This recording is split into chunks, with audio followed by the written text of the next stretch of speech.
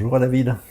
Alors aujourd'hui, une fois n'est pas coutume, dans l'émission Dieu et des hommes, nous allons parler d'une femme.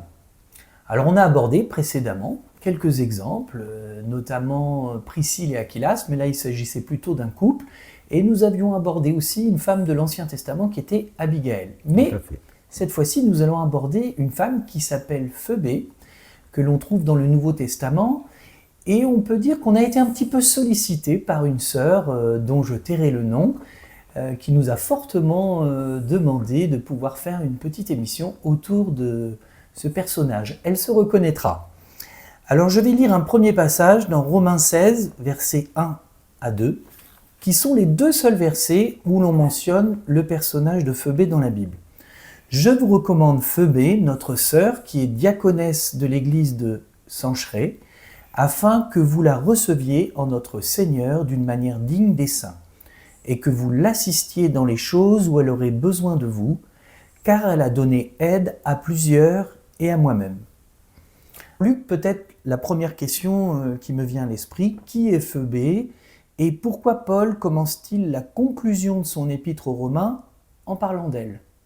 Alors déjà, peut-être, tu penseras que j'y ergote, mais ce n'est pas la conclusion. La conclusion, il l'a donnée à la fin du chapitre 15. Que le Dieu de paix soit avec vous tous. Amen. Donc le chapitre 16 de l'Épître aux Romains est plutôt un post-Christum. D'accord, on peut le voir comme ça. Et pourquoi je dis ça? Parce que l'Épître aux Romains est une épître générale, justement où Paul évite trop de personnaliser les choses, parce qu'il y a des enseignements structurants qui sont dans l'épître de Paul aux Romains. Et contrairement à d'autres épîtres où, dans le cœur de l'épître, on va avoir des personnages qui sont mentionnés, dans l'épître aux Romains, tout est envoyé à la fin. Et c'est vrai que c'est l'épître où il y a le plus de noms qui apparaissent et qui nous apprennent des choses aussi sur les relations entre Paul et différents personnages, dont des membres de sa famille, qui sont venus à Jésus-Christ avant lui. Peut-être tu en parleras tout à l'heure. Donc on est dans la partie de l'épître des salutations, des recommandations, et c'est vrai qu'il commence, c'est la première, il faut le dire, c'est la première. Phoebé. Je vous recommande Phoebé, notre sœur, qui est diaconesse de l'église de Sancheré. Alors Sancheré, c'est un des deux ports de Corinthe. Corinthe est une ville où Paul a fondé une église importante, puisqu'il y est resté assez longtemps. Et Sancheré est à 14 km à l'est du centre-ville de Corinthe. D'accord. Donc c'est un des deux ports. Donc elle est grecque. Et là, il écrit à des Romains qui ne sont pas censés la connaître. Mais il la recommande. Alors, il la recommande de la même manière que dans d'autres épîtres, il recommande des personnes qui vont aider l'Église. Je donne des exemples. 1 Corinthiens 16, versets 10 et 11. Si Timothée arrive, faites en sorte qu'il soit sans crainte parmi vous, car il travaille comme moi à l'œuvre du Seigneur, que personne donc ne le méprise. Accompagnez-le en paix, afin qu'il vienne vers moi, car je l'attends avec les frères.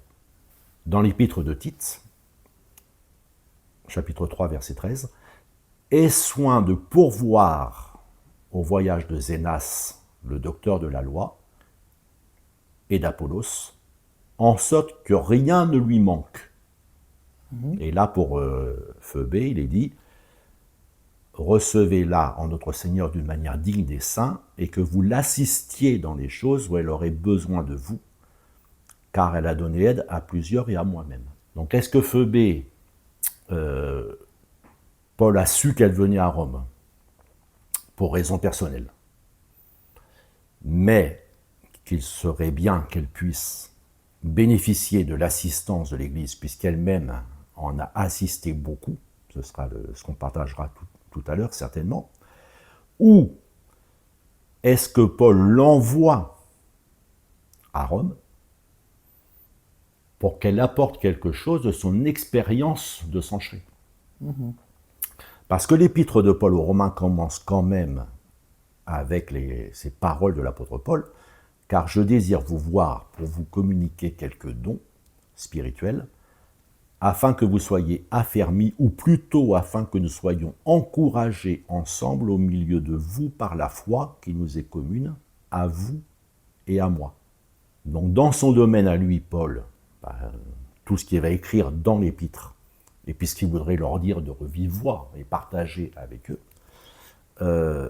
il y complète peut-être dans l'équipe qui l'accompagne, Phoebé, parce qu'il estime que l'expérience qu'elle a acquise à Sancheré peut être utile à l'Église de Rome. Alors quand je dis à l'Église, vu la taille de Rome, probablement aux églises. Il y a probablement différents lieux de rencontre. D'ailleurs, on parle un peu plus tard de la maison qui se réunit chez Aquilas et Priscille. Donc l'Église peut se réunir dans différentes maisons. Et probablement, il existe des relations entre les uns et les autres, pour qu'on puisse dire l'Église de Rome. Pour continuer un petit peu autour de la présentation de ce personnage, qu'est-ce que ça révèle, ces quelques versets, sur la relation de Phoebé avec Paul et son rôle dans l'Église? Alors, son rôle dans l'Église, j'ai envie de dire, il est clairement écrit, pour le coup. Je vous recommande Phoebé, notre sœur, qui est diaconesse de l'Église de Sancheré. Donc elle est identifiée comme diaconesse dans un rôle précis, dans une fonction précise, dans un travail précis, au sein de l'Église de Sancheré. Ce qui ne lui donne pas, alors on va dire automatiquement, ou nécessairement, autorité dans une autre église que celle de Sancheré. D'accord. D'où la recommandation de Paul. Comme ça a été le cas pour Apollos. Comme Apollos voulait venir à Éphèse, les frères écrivent une lettre pour le recommander. Et Apollos se rend utile vis-à-vis des autres. C'est Acte 18. Comme il voulait passer en Achaïe, les frères l'y encouragèrent et écrivirent aux disciples de bien le recevoir. Donc c'était dans les habitudes des églises, comme ça. Quand recommander un frère, quand quelqu'un allait d'une église dans une autre, je rappelle qu'on était en période de persécution. L'Empire romain persécutait les chrétiens. Et les juifs, on va dire traditionnels, orthodoxes, persécutés, ceux qu'ils appelaient ceux de la voie, donc ceux qui reconnaissaient en Jésus le Messie. Donc il y avait une double persécution. Et il pouvait y avoir des agents infiltrés dans ceux qui se faisaient passer pour des tenants de la foi en Jésus-Christ. Alors il y avait ces écrits, ces recommandations qui étaient donnés, dont était porteur celui qui venait, pour rassurer ceux chez qui il venait, et éventuellement pour légitimer le fait qu'il puisse exercer une certaine responsabilité là où il allait. Et pendant le cas d'Apollos, ça s'est trouvé gagnant-gagnant, puisque quand il fut arrivé, il se rendit par la grâce de Dieu très utile à ceux qui avaient cru, car il réfutait vivement les Juifs en public, démontrant par les Écritures que Jésus est le Christ. Alors Luc, il existe dans la Bible, et particulièrement dans le Nouveau Testament, de nombreuses femmes, puisque là on va parler notamment des femmes qui sont citées dans le Nouveau Testament, qui ont un rôle actif dans l'Église. Néanmoins, aucune d'entre elles n'est qualifiée de diakonos, puisque c'est le mot grec utilisé pour donner une fonction à Phoebé. Donc je reviendrai un petit peu plus loin dans une autre question sur ce terme diakonos. Alors dans les femmes dont je parle, on peut citer plusieurs femmes qui ont un rôle important. Je vais commencer par Priscille, dont on a parlé dans une émission précédente, qui était la femme d'Aquilas, et d'ailleurs ils sont souvent mentionnés ensemble. Donc dans Acte 18, verset 26, Un juif nommé Apollos, originaire d'Alexandrie, homme éloquent et versé dans les Écritures, vint à Éphèse. Il était instruit dans la voie du Seigneur et fervent d'esprit. Il annonçait et enseignait avec exactitude ce qui concernait Jésus, bien qu'il ne connût que le baptême de Jean. Il se mit à parler librement dans la synagogue. Aquilas et Priscille, l'ayant entendu, le prirent avec eux et lui exposèrent plus exactement la voie de Dieu. Donc Paul la cite également à la suite du passage que nous avons lu dans Romains 16.3, « Saluez Priscille et Aquilas, mes compagnons », compagnon qui se traduit en grec, le mot grec est synergos, qui est un compagnon dans le travail. Donc on voit ici là, le rôle déjà de Priscille, qui était une compagne de travail dans l'œuvre de Dieu.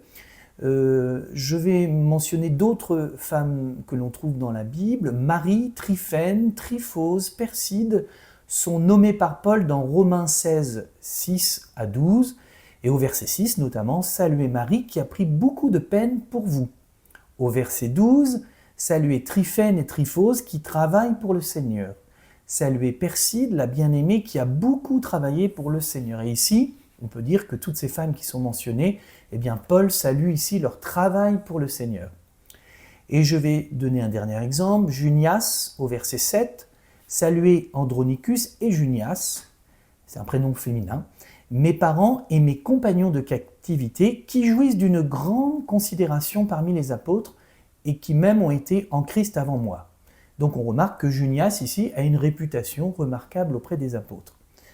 Alors, néanmoins, Luc, c'est un peu long là tout ce que j'ai lu, mais néanmoins, aucune de ces femmes n'est qualifiée de diakonos, en grec. Diakonos qui se traduit par diaconesse, serviteur, ministre. Et c'est un peu surprenant. Alors que nous apprennent ces différents passages sur le rôle des femmes dans l'Église primitive du 1er siècle? J'ai envie de dire pas grand-chose. Ah, t'es un peu sévère là quand même. Pas grand-chose dans le fait que, donc, puisqu'on est parti sur le grec là, synergos, donc ergon, c'est l'œuvre, le travail, ce qu'a donné en français ergonomie.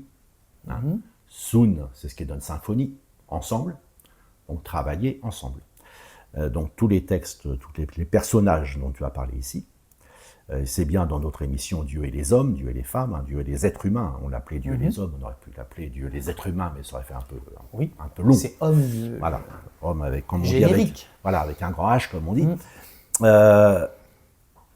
Non, quand je dis tout, ça nous apprend rien. Pourquoi? Ça nous apprend qu'elles sont actives.